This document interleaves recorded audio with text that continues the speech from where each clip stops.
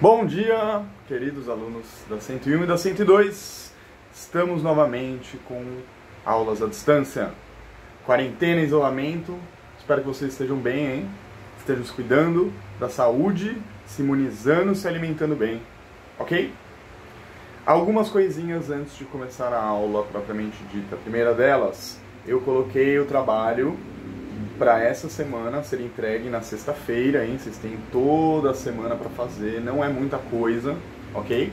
E é um trabalho que vale 15 pontos. Vocês se lembram que o trabalho, os trabalhos eles são dois, certo? Cada um valendo 15 pontos, ambos juntos contabilizam 30 pontos, mas a prova que vai rolar, vai acontecer, valendo 70 pontos, inclusive o conteúdo de hoje já é um conteúdo que vai estar presente na prova, certo? Também está no livro, então não se desesperem. Sobre o trabalho, vocês vão ver, são questões relativamente curtas sobre coisas que a gente já viu e vocês têm que me enviar pelo Esponte, ok? Dito isso, o que veremos hoje? Se eu não me engano, na 102, eu cheguei a colocar algo semelhante a isso no quadro de vocês, porém eu fiz isso, vocês estavam fazendo exercícios e eu nem pude sequer falar sobre esse assunto, que é um assunto tão importante. A 101 eu nem comecei a falar sobre isso. Então, sobre o que nós vamos falar? Vamos falar sobre gêneros literários, gêneros poéticos, para ser mais específico. Na última aula que eu coloquei aqui no próprio canal do YouTube, a gente falou um pouco sobre crônica, né? E eu tinha colocado no quadro um pouco das diferenças sobre poesia, sobre crônica, conto, romance, etc. Hoje, o que a gente vai fazer? São gêneros poéticos, que é uma classificação que vem lá da antiguidade. A gente vai ver que, na verdade, assim, essas mesmas classificações hoje, não é que elas não servem para nada, óbvio que elas servem, mas elas não são utilizadas da mesma forma, certo? A gente vai ver que muita coisa mudou, ao mesmo tempo que muita coisa se manteve.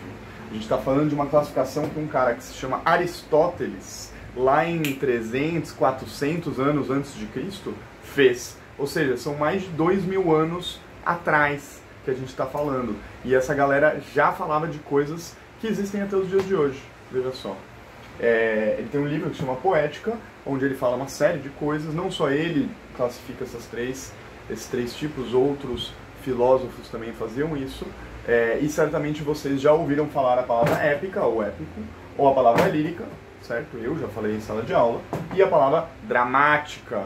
Ah, o drama não tem nada a ver com esse tipo de drama, tá? A gente vai entender bem. Ok, primeira coisa, você vê que são gêneros poéticos, então o que a galera na antiguidade, na Grécia Antiga, na Roma Antiga também fazia de literatura?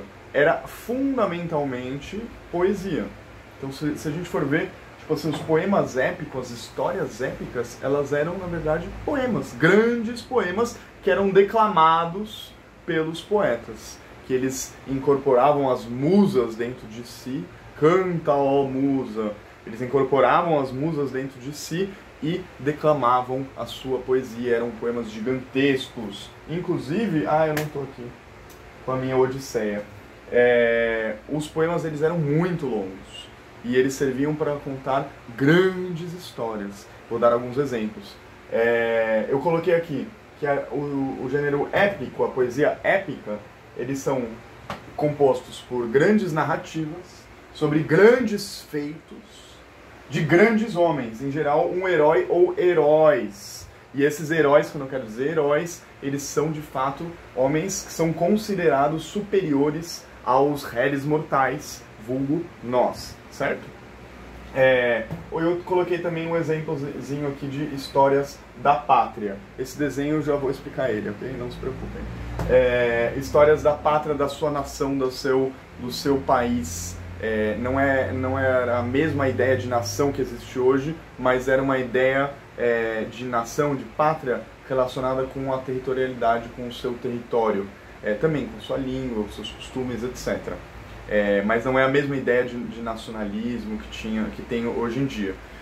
Mas de qualquer forma, na antiguidade tem dois grandes exemplos de poesia épica. Certamente, eu não tenho dúvida, certamente vocês já ouviram falar de pelo menos um. Não pelo seu nome, mas pela sua história. A primeira grande poesia épica que nós temos registro é a Ilíada. Se chama Ilíada, que conta uma história que eu tenho certeza que 100%, se não 100%, 99% de vocês que estão me ouvindo já ouviu falar, que conta a história da Guerra de Troia. Já ouviram falar? Do rapto de Helena? Depois a gente vai ver um pouco sobre essa história. E a segunda grande poesia épica da antiguidade clássica da Grécia Antiga é a Odisseia. A Odisseia conta a história do Ulisses retornando da Guerra de Troia para encontrar a sua amada Penélope. Ok? Então temos essas duas grandes histórias, são dois grandes poemas, eles são longos e eles todos foram escritos por um cara que nós não temos comprovação 100% de que ele existiu, mas que ele se chama Homero. Daí que vem o Homer dos Simpsons, sabia? Homer é de Homero, que é um dos maiores poetas da história da humanidade. Dito isso, o que eu vou contar para vocês? Vou contar para vocês um pouco da história dessas poesias épicas, desses poemas épicos. Por quê? Para vocês verem a matéria do que é feito essa ideia de algo épico. Muitas vezes a gente fala assim, uma piada épica. O que é uma piada épica? É uma mega de uma piada, é uma grande piada. E por que isso? Porque esses poemas épicos, eles contavam grandes histórias sobre grandes homens e seus grandes feitos. Por exemplo, a Ilíada conta a história de um herói, vários heróis, mas o principal é o Aquiles. Já ouviram falar do Aquiles? Tanto que temos uma expressão no português que é calcanhar de Aquiles. O calcanhar de Aquiles de alguém é o que? É a fraqueza da pessoa. Por quê? Porque o Aquiles, ele era um semideus. Ele era filho de uma deusa com o Peleu, que era o pai dele, que era um mero mortal. E o que a mãe dele fez quando ele nasceu? Ela pegou e derramou ele, pegou ele pelos pés, pelo calcanhar, derramou ele num rio, que era o rio da impermeabilidade, onde a pessoa ela se tornava praticamente imortal se ela fosse despejada nesse rio. Então, só que o que aconteceu? Quando ela pegou ele pelo calcanhar, a água não encostou nessa parte do calcanhar dele. Então o calcanhar dele se tornou o local ainda vulnerável de seu corpo. E o resto do corpo, na verdade, ele era quase que um deus. Por isso que ele é um semideus, ele não é totalmente um deus, porque ele é filho de uma deusa e filho de um mortal. E o Aquiles, o que ele faz? Ele é o guerreiro, um dos guerreiros, que não é o principal líder, mas é um dos líderes, que leva os gregos a guerrear contra Troia. E por que Troia? Porque tinha um sujeito em Troia que se chamava Paris. E esse cara, ele raptou Helena, que era esposa de Menelau, Menelau era irmão do Agamenon, que era o grande rei da Grécia na época. E aí o que acontece? Veja só, muitos nomes, certo? Então, vamos lá. Tinha Helena de Troia. Helena era a mulher mais linda do mundo, tá? Paris conseguiu o seu coração por quê? Porque a Afrodite, que era a deusa do amor, ela permitiu ele se casar com a mulher mais linda do mundo.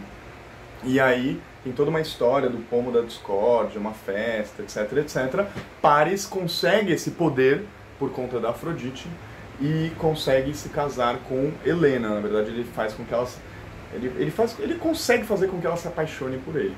E ela era casada com Menelau. Então ele vai lá, sequestra ela, leva ela para Troia e os gregos ficam putíssimos com tudo isso e levam todas as suas tropas para invadir Troia. Essa é a história que existe por trás. Se é que a Guerra de Troia de fato existiu, e existem muitas evidências para isso, muito provavelmente não tinha a ver com um mero caso amoroso de traição e de rapto, sequestro e etc. Muito provavelmente tinham várias outras coisas em jogo, mas essa é a história. Você vê que então eu estou contando uma série de coisas envolvendo deuses, envolvendo decisões, traições, envolvendo grandes homens, semideuses. E o que os gregos fazem? Eles invadem Troia para guerrear contra Paris. Inclusive, o Aquiles, que era até então um cara que conseguia ganhar de todo mundo em qualquer batalha, durante a invasão, ele morre. com uma flecha atirada por Paris, justamente em seu calcanhar, certo? No final das contas, o que acontece? Os gregos, eles vencem a batalha de Troia. Tem toda a história do cavalo de Troia, todo mundo conhece, onde os gregos, eles enviam um presente de grego, né? Tem toda uma série de expressões que estão no nosso vocabulário, eles fazem parte, eles vêm dessas histórias. Então eles mandam um presente de grego para os troianos, onde é um cavalo. Os troianos falam: opa, vencemos a guerra, porque eles já declararam a derrota, e durante a noite, enquanto os troianos todos dormiam, eis que sai de dentro daquele cavalo gigantesco feito de madeira os guerreiros gregos, que abrem os portões de Troia, e todo o exército entra e devasta a cidade, conseguindo trazer de volta nossa querida Helena. Era uma guerra sangrenta, horrorosa, e que é tudo contado em poema. Gente, esse poema existe até hoje, tá? E conta grandes histórias, tem cenas das batalhas. Eu não sou muito de recomendar filme ruim, mas vou recomendar um filme bem ruim, que se chama Troia. Inclusive o Aquiles, ele é representado pelo Brad Pitt. O filme é horroroso, mas se vocês quiserem conhecer parte da história de Troia, da Guerra de Troia, vejam esse filme.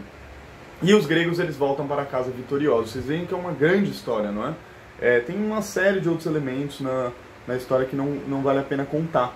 Agora, o segundo poema épico muito conhecido se chama Odisseia. E o que é a Odisseia? A Odisseia conta a história da volta dos gregos para o seu lar. Em especial, um grego, que era o Odisseu. Se o Aquiles, ele era o guerreiro forte, o homem que, enfim, consegue liderar as tropas, ele era o homem da ação e da bravura, quem que era corajoso? Quem que era o Odisseu? O Odisseu era um homem inteligente, sagaz, esperto, ele era o homem da razão. E ele, na volta para casa, acaba sendo preso durante 9 anos numa caverna de uma gigante que fica fazendo horrores com ele. E o poema conta toda a história das aventuras que ele passa na volta para casa.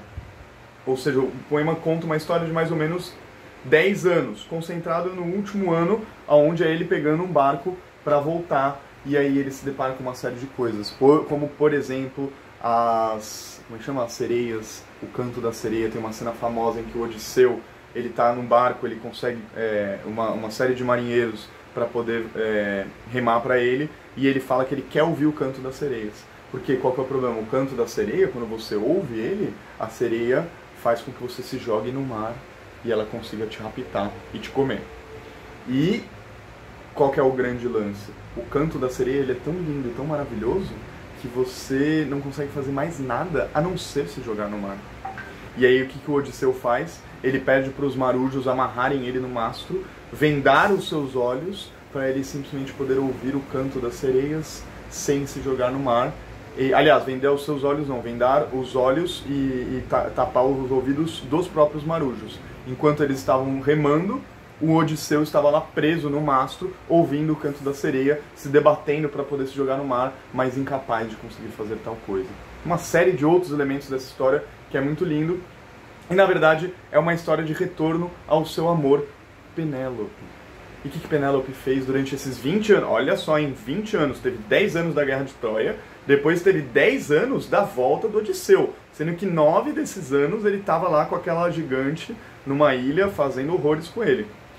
Nesses 20 anos, Penélope, a sua esposa, ela ficou esperando Odisseu. E Penélope era uma rainha linda, maravilhosa. Ou seja, tinha uma série de pretendentes que não foram para a guerra, queriam casar com ela. E o que ela fez? Ao longo dos anos, quando ela foi percebendo que talvez Odisseu não iria voltar, ela disse que iria se casar com um pretendente que escolhesse no momento em que ela terminasse o seu bordado. E o que aconteceu?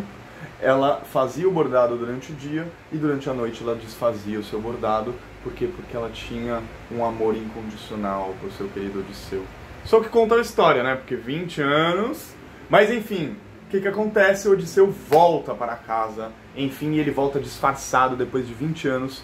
Por que disfarçado? Porque ele queria saber se Penélope ainda o amava, ainda estava o esperando, e de fato o estava. O cachorro dele, que continuava vivo, não sei como, 20 anos o bicho, ele não morreu, reconhece ele e fica louco o cachorro quando vê o Odisseu voltando. E, enfim, no final das contas, a história termina com um final feliz, com muitas mortes no meio do caminho, muitas guerras, mas uma grande história, de um grande feito, de um grande amor, de um grande retorno. O Odisseu, ele é um cara muito inteligente, então em todos os momentos ele está tramando coisas para poder sobreviver, para poder voltar à sua amada Penélope.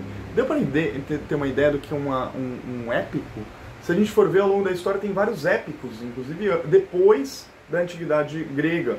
Tem um clássico épico que conta a história do mito de fundação de Roma, que se chama Eneida. A gente tem um clássico da língua portuguesa épico, que é os nossos Lusíadas, Luís de Camões. Luís de Camões faz um poema épico que se chama Os Lusíadas. Quem são os Lusíadas? Quem gosta de futebol sabe que Lusa é o nome para o time português lá de São Paulo, certo? Por quê? Porque Luso tem a ver com a terra dos portugueses, de Portugália, certo? E conta a história de Vasco da Gama, que sai de Portugal em direção às Índias Orientais. Canta, ó musa, às Índias Orientais. Esse é um exemplo de uma poesia épica mais recente aí, dos últimos 500 anos, né? Não é um negócio dos últimos 2.400 anos.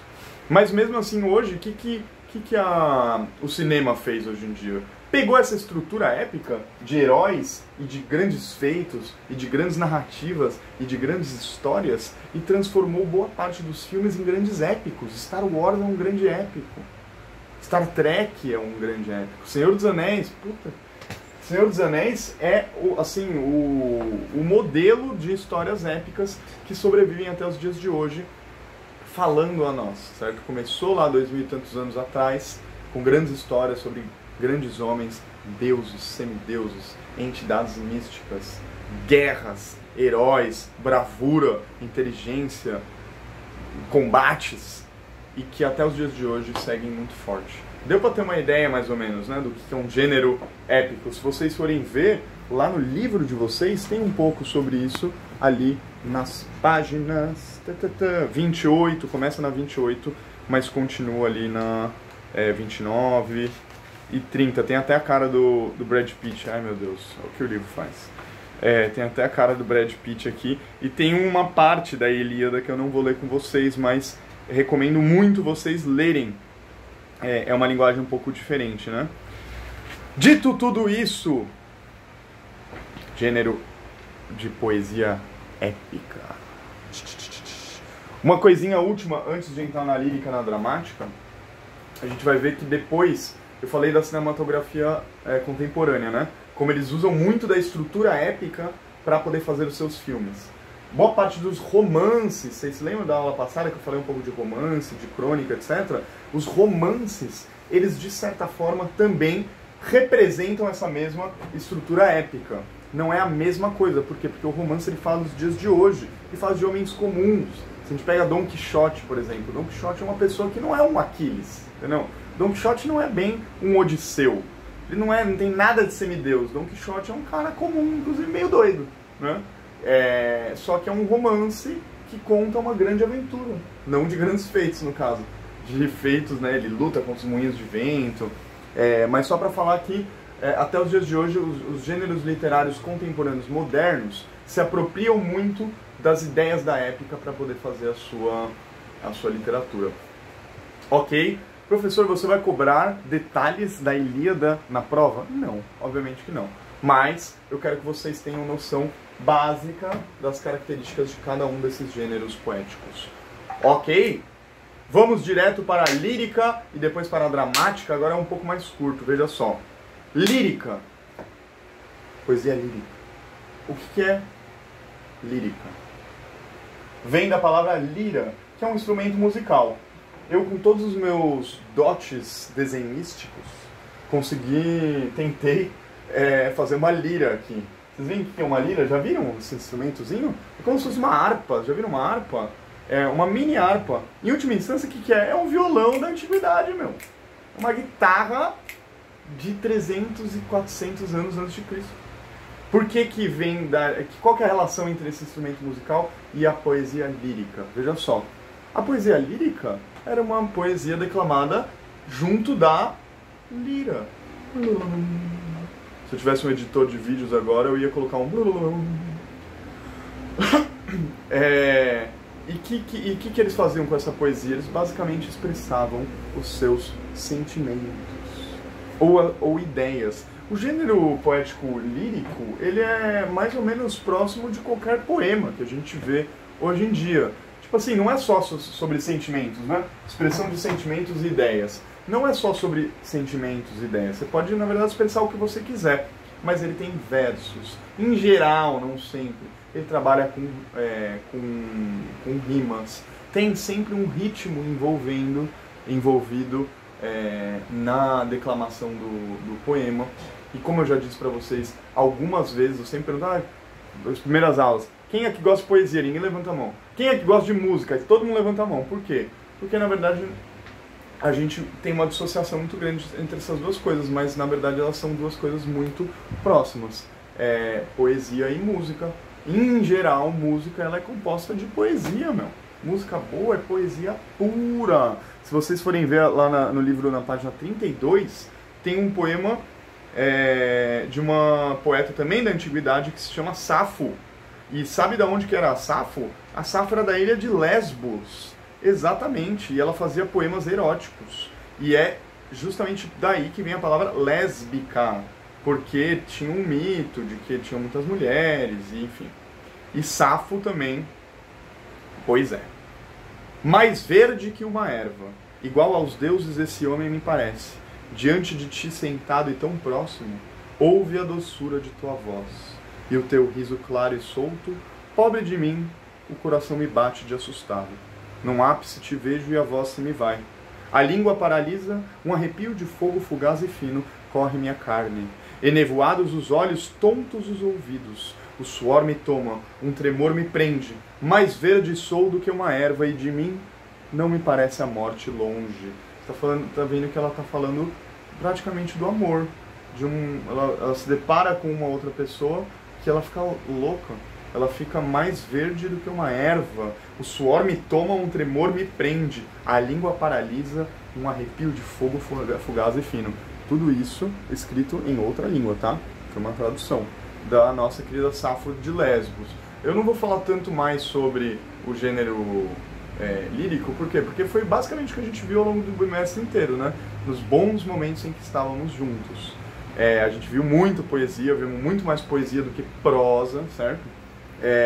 Então deu para ter uma ideia mais ou menos do que é o gênero poético lírico. Até na antiguidade se usavam um violão. Ok.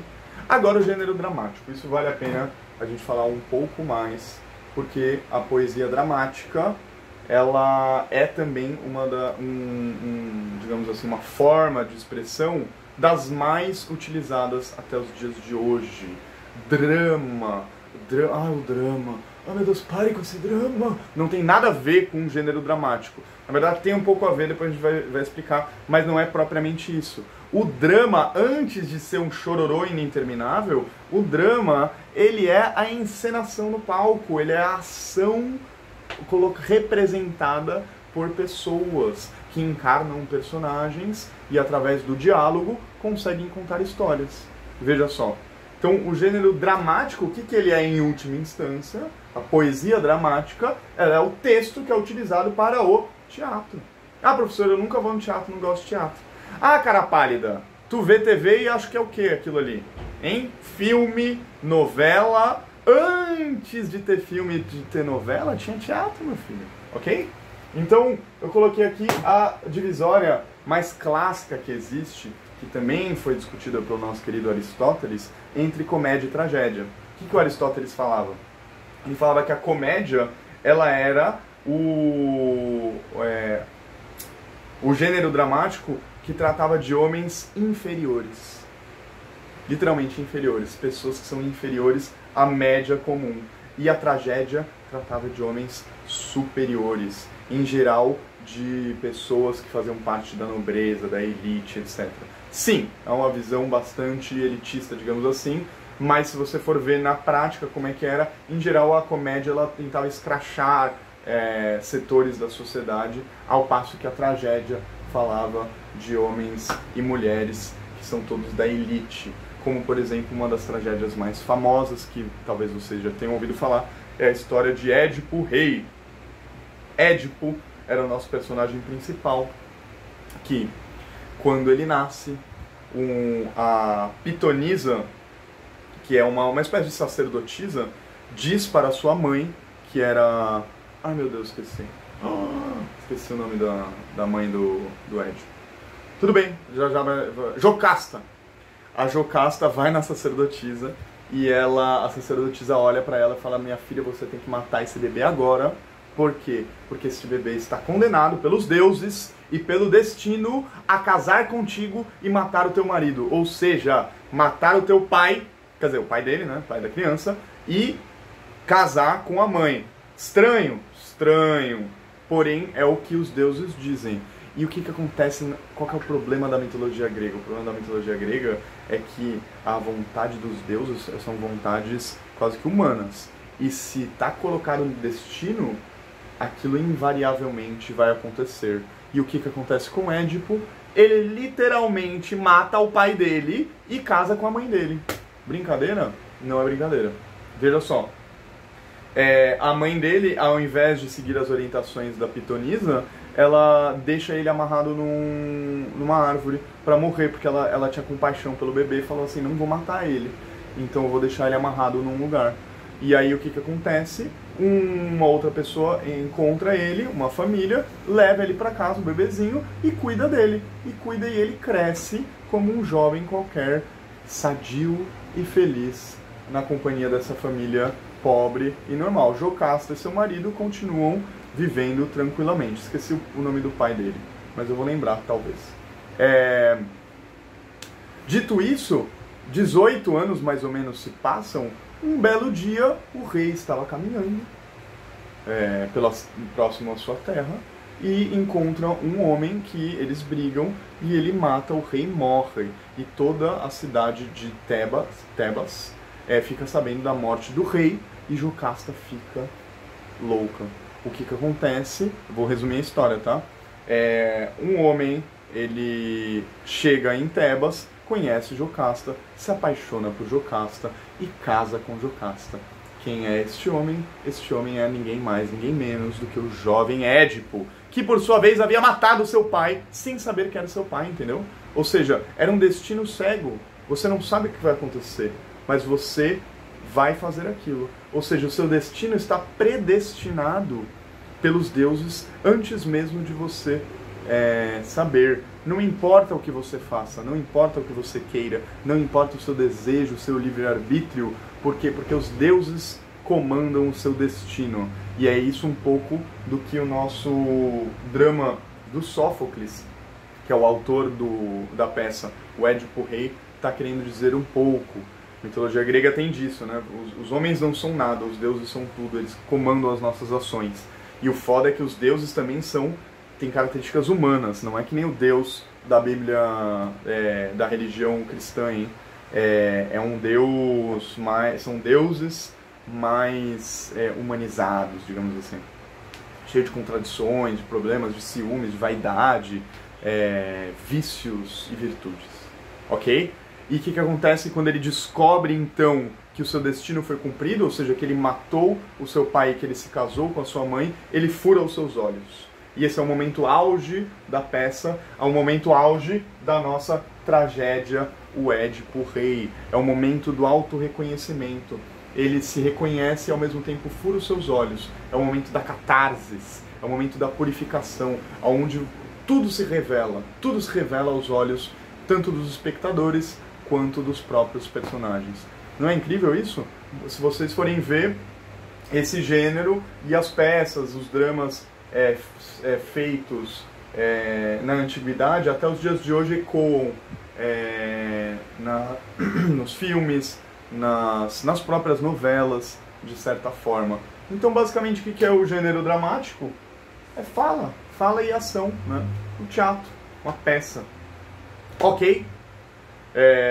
No ano passado eu passei uma peça boa para os alunos, nem todos gostaram, mas se chama Alto da Compadecida, é bem legal. Se vocês quiserem ver, tem no YouTube. E eles fizeram um filme, né, brasileiro sobre, que é engraçado.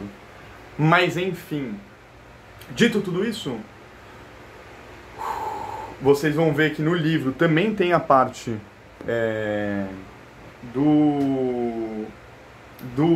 da poesia dramática. Inclusive tem uma parte ali do Alto da Compadecida, que é uma peça do Ariano Suassuna, e fala um pouco sobre o gênero dramático. Gente, essas aulas elas são complementadas pelo livro, tá? Eu falo tudo rápido, por quê? Porque eu não preciso ficar repetindo, vocês podem ficar indo e voltando, né? Professor, não peguei uma parte. Ué, dá pausa e volta, ok? Por isso que eu vou diretão, sem parar. E vocês também não podem me interromper. Dito tudo isso, gente, é isso. Acabamos por aqui. Leiam um livro depois. Vejam essa aula com calma. Se tiverem qualquer dúvida, mandem mensagens no Sponte.